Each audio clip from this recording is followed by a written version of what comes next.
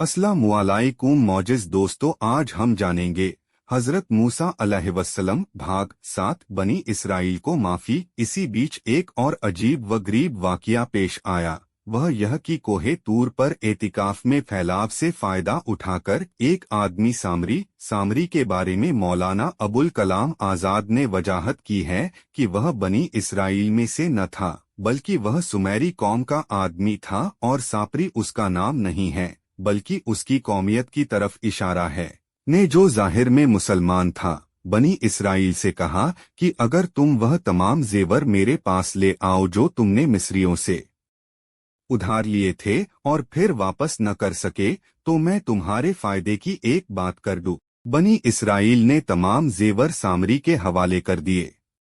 उसने उनको गलाकर बछड़े का जिस्म तैयार किया और फिर अपने पास से एक मुट्ठी मिट्टी उसके लिए डाल दी। इस तरकीब से उसमें जिंदगी के निशान पैदा हो गए और उससे बछड़े की आवाज भाएं भाएं आने लगी। अब सामरी ने बनी इसराइल से कहा कि मूसा अलैहिस्सलाम से गलती हो गई, तुम्हारा माबूद तो यह है। सामरी की इस तरगीब से बनी इसराइल ने उसकी पूजा शुरू कर दी। हजरत हारून अलैहिस्सलाम ने यह देखा तो बनी इसराइल को समझाया कि ऐसा न करो, यह तो गुमराही का रास्ता है। मगर उन्होंने हारून अलैहिस्सलाम की बात मानने से इनकार कर दिया और कहने लगे कि जब तक मूसा न आ जाएं हम इससे वाज आने वाले नहीं। यहाँ जब यह नौबत पहुंची तो अल्लाह ताला की मसलहत का ताकाजा हुआ कि हजरत मूसा अलैहिस्सलाम को इस वाक़ये की इत्तिला दे दे। इसलिए मूसा से पूछा, मूसा, तुमने कौम को छोड़कर यहाँ आने में इतनी जल्दी क्यों की? हजरत मूसा अलैहिस्सलाम ने अर्ज किया, ऐ अल्लाह, इसलिए कि तेरे पास हाजिर होकर कौम के लिए हिदायत हासिल करूं। अल्लाह ताला ने उस वक्त उनको बताया कि जिसकी हिदायत के लिए तुम इस कदर बेचैन हो, वह इस गुमराही में मुब्तला है। हजरत मूसा अलैहिस्सलाम ने यह सुना तो उनको सख्त रंज हुआ और गुस्से और नदामत के साथ कौम की तरफ वापस हुए और कौम से मुखातब होकर फरमाया, तुमने यह क्या किया? मुझसे ऐसी कौन सी देर हो गई थी जो तुमने यह आफत खड़ी कर दी? यह फरमाते जाते थे और गैज व गजब से कांप रहे थे, यहाँ तक कि हाथ की लोहें तख्तियां भी गिर गई।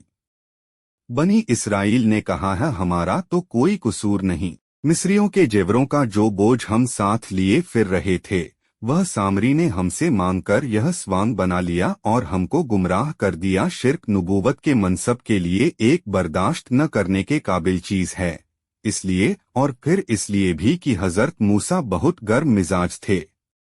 उन्होंने अपने भाई हारून की गर्दन पकड़ ली और दाढ़ी की तरफ हाथ बढ़ाया तो हजरत हारून अलैहिस्सलाम ने फरमाया, ब्रादर, मेरी मुतलक खता नहीं है।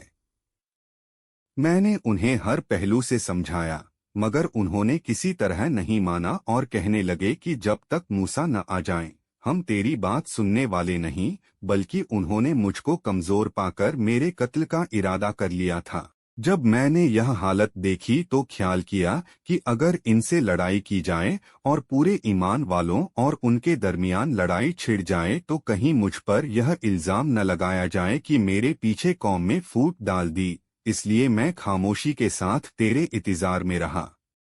प्यारे भाई, तू मेरे सर के बाल न नोच और न दाढ़ी पर हाथ वला और इस तरह दूसरों को हंसने का मौका न। हारून अलैहिस्सलाम की यह माकूल दलील सुनकर हजरत मूसा का गुस्सा उनकी तरफ से ठंडा हो गया और अब सामरी की तरफ मुखातब होकर फरमाया, सामरी, तूने यह क्या स्वांग बनाया है? सामरी ने जवाब दिया कि मैंने ऐसी बात देखी जो इन इसराइलियों में से किसी ने नहीं देखी थी, यानी फिरौन के डूबने के वक्त जिब्राइल घोड़े पर सवार इसराइलियों और फिरौनियों के दरमियान रोक बने हुए थे।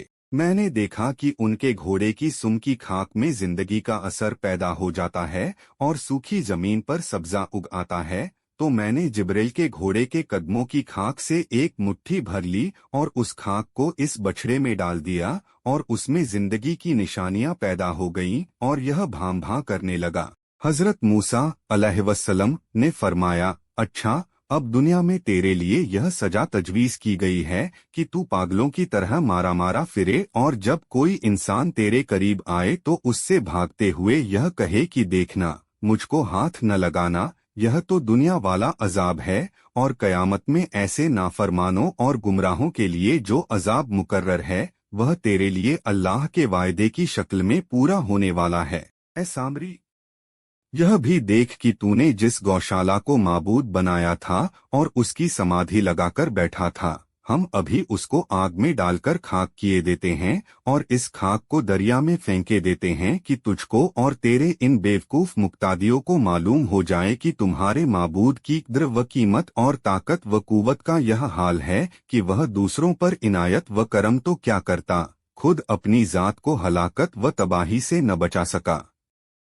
बनी इसराइल को माफी। गुस्सा कम होने पर हजरत मूसा अलैहिस्सलाम ने तौरात की तख्तियों को उठा लिया और अल्लाह की तरफ रुजू किया कि अब बनी इसराइल की इस बेदीनी और इर्तिदाद की सजा अल्लाह के नजदीक क्या है।